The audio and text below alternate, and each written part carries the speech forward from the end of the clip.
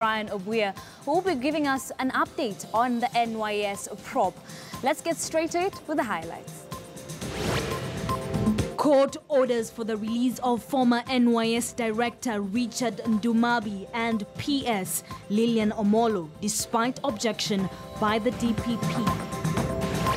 The 2017-2022 strategic policy for the National Equalization Fund is rolled out. Plus, hope for lasting peace in South Sudan proves even more elusive as IGAD leaders meet to plot a way forward for the country.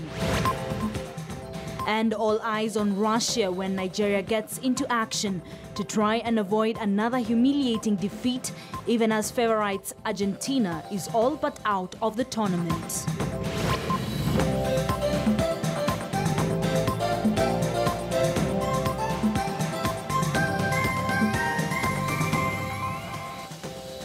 Once again, it's a pleasure to have you with us here on KTN News Desk. The Director of Public Prosecutions has lost his bid to suspend the verification of sureties for the release of suspects in the 9 billion shilling National Youth Service scam. Chief Magistrate Lawrence Mugambi has ruled that he will examine the sureties and that the court will determine which ones to accept or reject. He said suspending the implementation of the High Court ruling for the release of the 48 suspects would be arbitrary.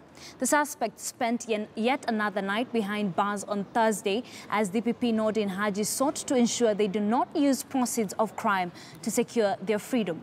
Youth Affairs PS Lillian Omollo and NYS Director General Richard Ndubai filed separate applications at the High Court seeking freedom pending trial.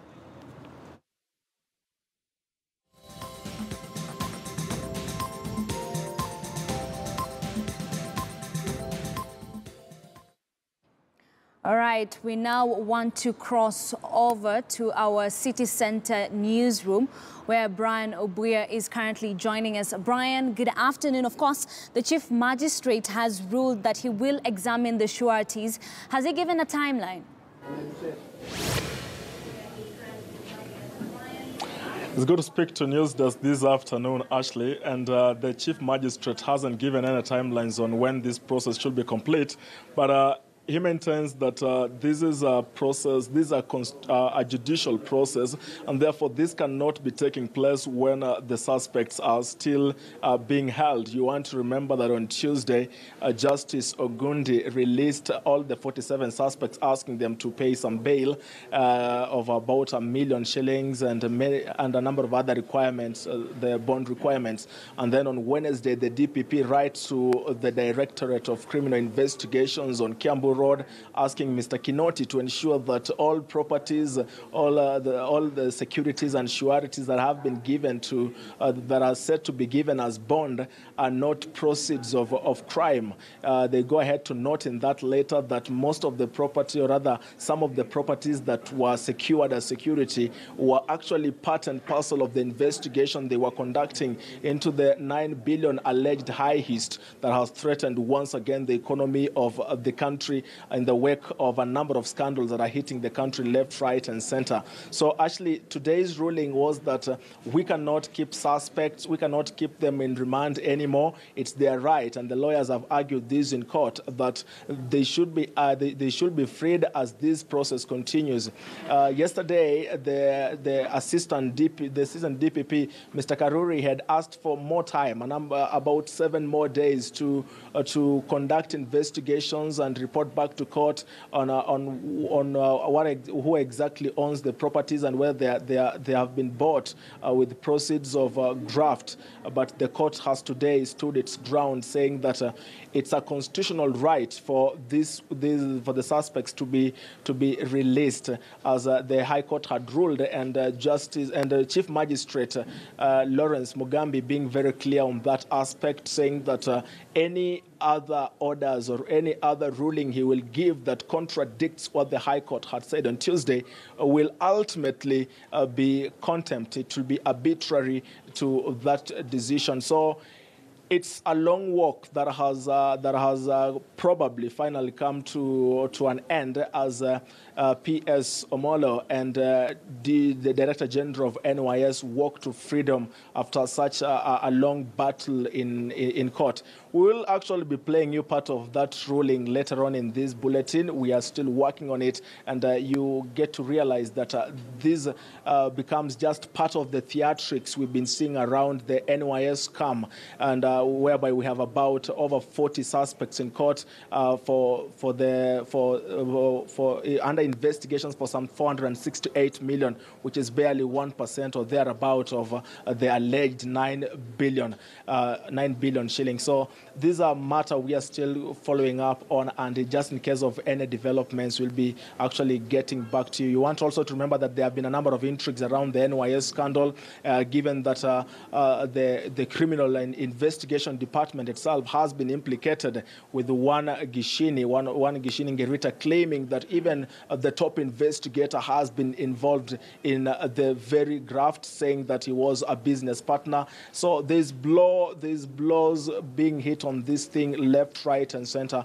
But we are always here for the whole story. And in case of anything, we get back to you with it as and when it happens. Ashley. All right. Many thanks, Brian Obuya, for that update. Brian Obuya joining us from our newsroom here at the city centre.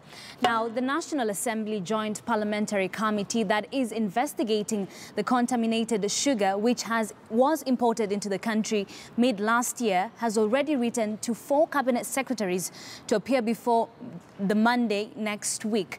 Chief executive of various institutions that fall under their docket are also expected to appear before the committee to explain how poisonous sugar was imported into the country. Members will also visit godowns where contraband sugar was seized, as well as the port of Mombasa. The joint committee will Thursday next week also investigate companies adversely mentioned in the saga, as well as getting views from the public on the sugar crisis.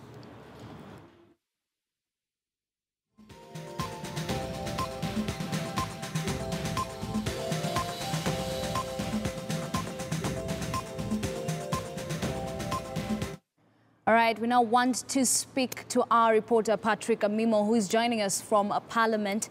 Amimo, good afternoon. Of course, we are seeing some contradicting statements there from different laboratories. Have the members of Parliament commented on this? No, thank you, Ashley. Already the Joint Parliamentary Committee that's in the National Assembly that is of agriculture and together with their counterpart on trade and industry will now, already they have 10 days to probe into this particular sugar saga where they say that imported sugar in the country has been found to be poisonous. There is a contention about the mercury content into that sugar, but as far as matters copper is concerned, it appears they are agreed, the parties are agreed that there is copper in that sugar, and it has exceeded the limits allowed because copper should be at least 2 milligrams per kilogram. But in these, for the test samples so far from the Kenya Bureau of Standards, that sugar that the samples they did test exceeded these because they had 20.7 milligrams per kilogram. So this is unfit for human consumption, and that's why members here, it's a matter of urgency because it touches on public health. And on Monday, that's when they'll officially start receiving evidence from various, where 4 cabinet secretaries will appear before them. The first on line will be Agriculture CS Mwangi Kiunjuri, who will come with teams that are under his docket to explain how sugar importation is done, especially the Agricultural Food Association, EFA, will be mandated to explain to Kenyans on what is happening. Then will be followed by the Trade Ministry and industrialization, where KEBS follows. Where KEBS falls, also we'll have the Minister for Interior. Dr. Matiang will come with those members involving the DCI to explain their part of the story, especially on that contentious aspect on mercury and where maybe which laboratories did test these. And also, lastly, we'll have that Minister for industrialization just giving his part of the idea. The idea here, basically, the terms of reference will be to get to know when this gazettement was done and how these sugar imports came into the country, because we told that about 4 million bags are out there, got into the country. They'll be getting to know why and whether people exploited the loopholes to bring in to import duty, to bring in more sugar and evade paying tax. So that is what will be happening here starting next week, and definitely members of the public will have an opportunity before the committee on Thursday to have to give their views on what they know about sugar imports in the country and whether it meets the standards. The other aspect also will be that these are the major stakeholders in the sugar industry will also have their date with the committees on Thursday, especially those companies that have been adversely mentioned like West Kenya and Sukari. So that is what is happening here, Ashley. All right, many thanks, Patrick Amimo, joining us from the Parliament buildings. Of course, it will be interesting to see how this saga goes come next week. Still on matters to deal with illicit sugar, a group of consumer rights organizations have called out the government over the conflicting reports concerning the toxicological lab results of the seized sugar across the country. The organizations, among them the Consumer Downtown Association and the Kenya Consumer Organization, now want stiffer penalties for traders who jeopardize consumer safety and greater accountability from the government. There is lack of coordination within the government agencies, the ministry. You listen to KEBS, they speak a different thing. When you listen to the ministry, the cabinet secretary for interior coordination, he speaks a different thing. But then here is the consumer who is left in the middle and whose life is already at risk. What we do as consumer organization is to take this information and just to warn them to be wary of the particular sugar in question, the particular product in question. It does not only go to the sugar itself, but then it also touches on other food products, like we've mentioned about the dairy, where you could not even differentiate between which is adulterated and which is safe for consumption. We are actually inviting consumers to submit as more information as possible to the consumer organizations that are here, so that we are able to build a very strong case against government and bodies that have shown laxity in their duties. We are short of calling a full boycott. Yeah. A full boycott. As of now, we are saying there are other products. Just keep out of them. Precautionary principle. But then, as we give government time to bring its house to order, if it takes another couple of days, we are short of calling a full boycott of all the sugar products in this country. This is a story that Mark Namaswa has been following up on and now joins us from our City Center studio. Mark, what are some of the recommendations that were recommended so that to ensure that Kenya has food safety?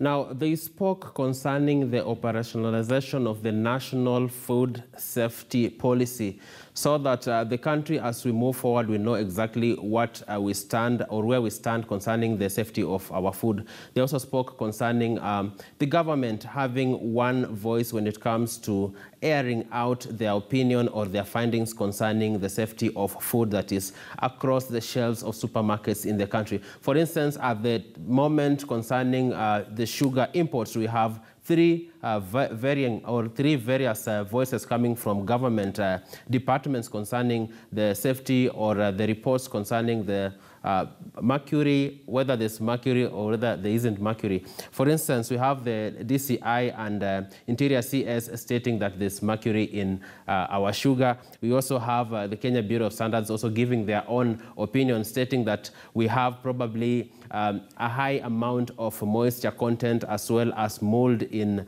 and copper as well as lead levels in our sugar. And then we also have the International Relations CS Aidan Mohammed also stating, giving a different opinion. So they want Kenya as a nation to have one voice when it comes to airing out matters concerning food security, concerning the safety of food, concerning the health of the Mwananchi. They also spoke about the action they might take. There are about 6 consumer rights organizations. They spoke about marshalling masses going onto the streets and boycotting sugar commodities, while the government still hasn't found its voice concerning whether the sugar that we have in our shelves is safe or not. Ashley. All right, many thanks, Mark Namaswa. They are joining us from our City Center studio and, of course, giving us an update on that illicit sugar saga that is currently going on. We take a short break here on KTN News Desk, but when we come back, we still have much more in store for you, so don't flip that channel.